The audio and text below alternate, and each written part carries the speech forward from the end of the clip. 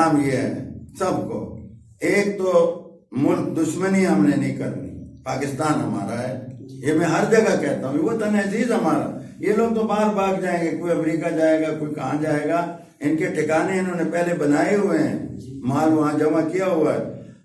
ہمارا وطن عزیز ہے، ہمیں اگر کہیں جانا ہے تو مدینہ شریف اور بقیع شریف، اس کا شوق ہے، باقی یہ ہمارا وطن ہے۔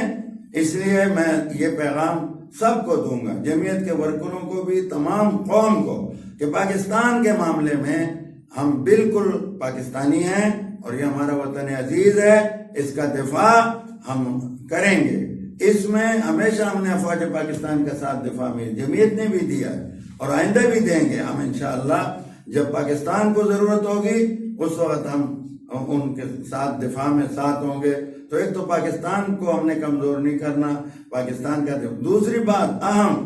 وہ اس میں ہے کہ یہ پاکستان اسلام کے نام پہ بنا تھا، یہاں اسلام آنا چاہیے، اسلام نہیں آئے گا ہم ذلیل ہوں گے، ہم جھوٹے ہوں گے۔ تو اسلام کے لیے مولانا اس وقت الحمدللہ میدان میں ہیں، ناموس رسالت کے لیے میدان میں ہیں، تو انشاءاللہ پوری قوم میں ہم بھی ساتھ ہیں، دعائیں بھی ساتھ۔ اور ایک آخری بات میں یہ بھی عرض کروں گا، اگر آپ کا کوئی اور سوال نہ ہو، وہ یہ ہے کہ میں سب کو یہ پیغام دینا چاہتا ہوں کہ ہماری اصل مدد اللہ کی طرف سے ہے۔ ہمارے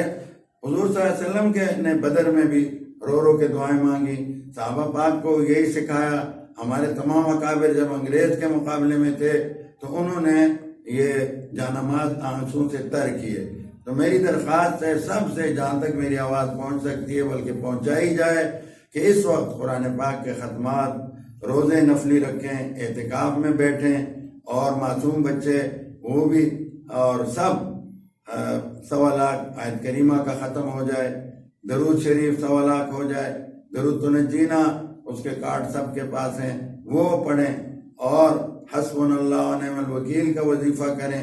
500 ہو سکے تو وہ، نہیں تو 70 دفعہ، اور